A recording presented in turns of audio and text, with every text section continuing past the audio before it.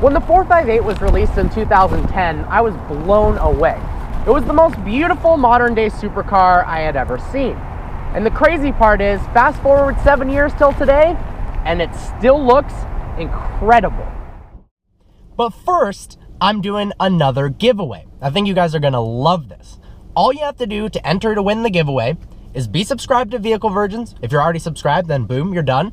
Hit the little bell notification logo and follow Vehicle Virgins on Instagram. That's it. First prize wins a brand new GoPro Hero 5 Black. Not this one unless you want a used one for some reason. But a Hero 5 Black with a suction mount and an SD card. So you can jumpstart your automotive career on YouTube and make videos. It's become my career now. It is so much fun. This is a handy tool. Second prize wins a Manfrotto tripod. Manfrotto is known basically as the Ferrari of tripods, so you know it's gonna be awesome. And third prize, you win 2 Vehicle Virgins t-shirts of your choice. I'm wearing one right now. There's some other options online, and 5 Vehicle Virgins stickers. I'm super excited about these prizes, guys, so all you have to do, follow Vehicle Virgins on Instagram at Vehicle Virgins, subscribe to Vehicle Virgins, and hit that notification bell. Let's get going. While the rear of the Ferrari 430 still remains my favorite, the overall stance of the 458, the razor-sharp LED headlights, and the swooping side profile are undeniably beautiful, and I can't help but want one. Now let me get something clear right away. I do not hate Ferrari. In fact, I absolutely love the cars they make. I just have some disagreements with managerial decisions like forcing customers to buy a Ferrari California in order to get a 488, and bringing 2 different cars to a magazine test, one that's tuned for straight line speed and another that's better around corners. Doesn't make sense to me, but that's all right because they still make brilliant cars. One thing is completely undeniable.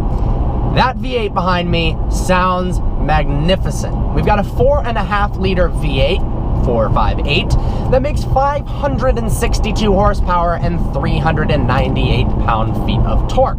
That is mated to a 7-speed dual-clutch automatic that is the only transmission of choice for the 458. That means that cars like a manual 430 Spider and a 599 GTB with a manual are going up in value immensely.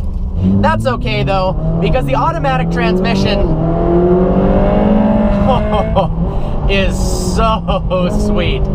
Shifts are razor sharp. You can control the shift speed as well as throttle response and suspension settings via a knob on the steering wheel. We've got a ton of controls on the steering wheel.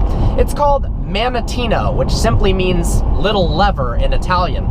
We've got wet mode for inclement weather, sport mode, race mode, and 2 other modes that make it very dangerous to drive. So we won't leave it there.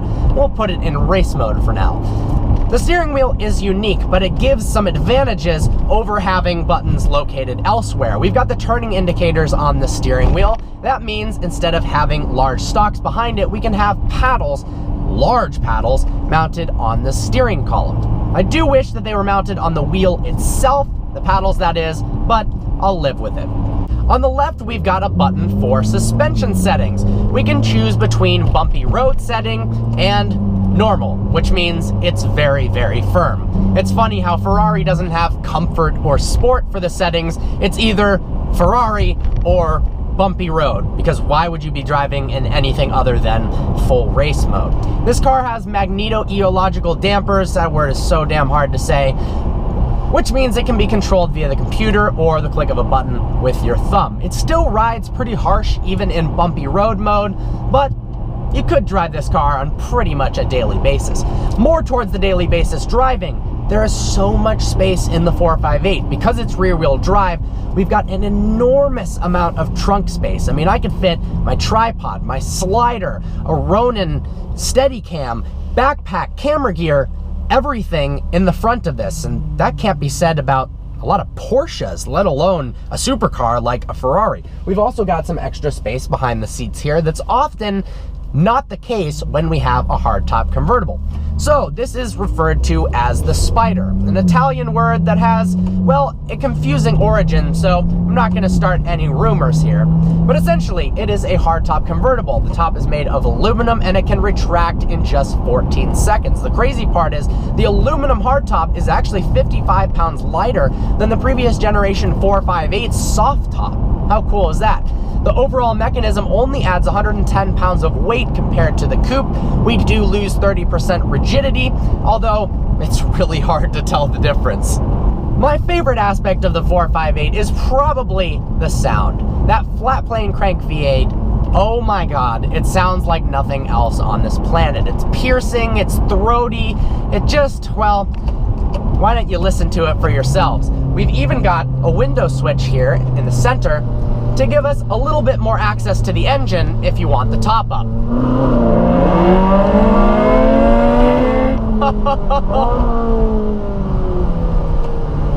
How can you not love that? You might be thinking, flat plane crank V8, that sounds familiar. Well, the Shelby GT350 has one, so why doesn't it sound like a 458? Well, part of the reason is due to the fact that the Shelby has unequal length headers. They had to do that for emissions reasons. Actually, in testing, they tried it out with equal length headers. The engineers loved it, but it didn't make emission standards on startup. That smooth characteristic of the V8 that you hear in the 458 is due to the 458's equal length headers. They should come out with an aftermarket option. There may already be, I don't know, for the Shelby that makes it sound more like a 458. Might be a little sacrilegious though. Not bad on the turning radius. All right, let's switch it into manual mode by clicking the paddles. Put it in race, shall we? All right, get out of automatic mode.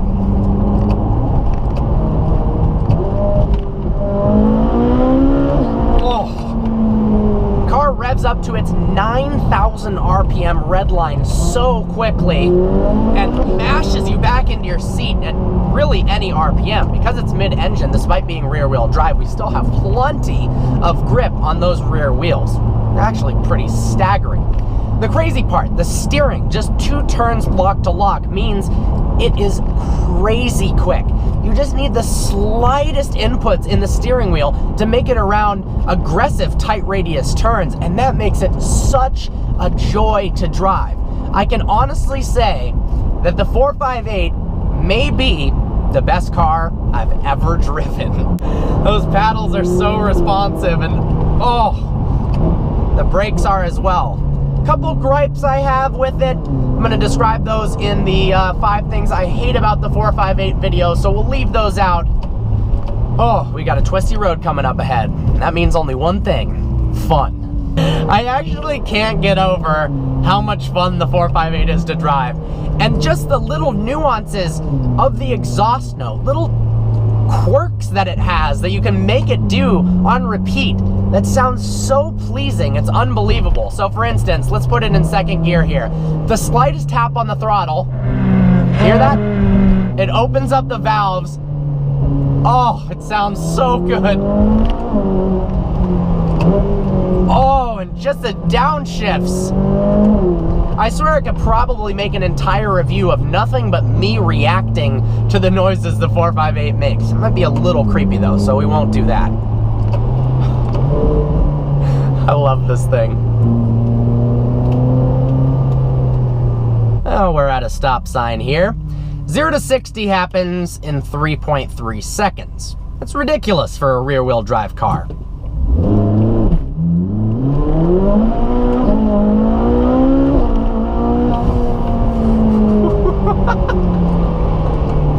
I love it.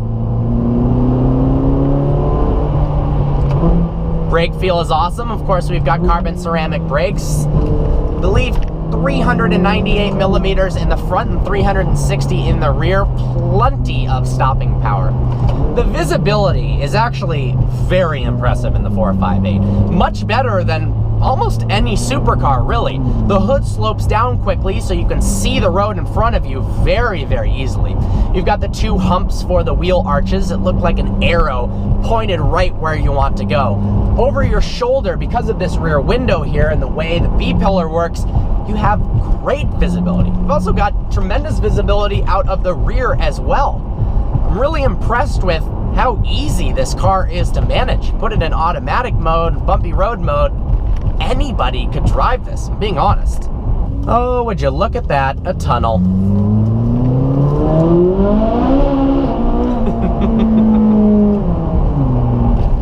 In front of me is a center-mounted tachometer. You've got the red line, 9,000 RPMs, and your gear. Nothing else. No speed whatsoever. It's almost hilarious how small the indication of how fast you're going is. Over to the left, we've got this tiny little thing that says I'm going 40 miles an hour, but you're in a Ferrari, so who really cares?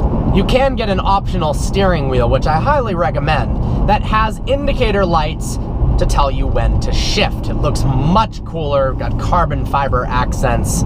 Oh man, is that a nice touch. Let's retract the roof, shall we? We can't do it when we're in motion, which is a little bit disappointing, but let me show you how fast 14 seconds is. So let's hold the roof down button.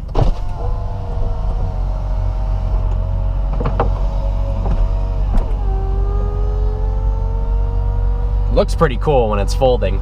All right. And it's done. Now we have a convertible. When you have the top down, you can hear the exhaust much better. For a stock car, it's insane how loud the exhaust in the 458 is.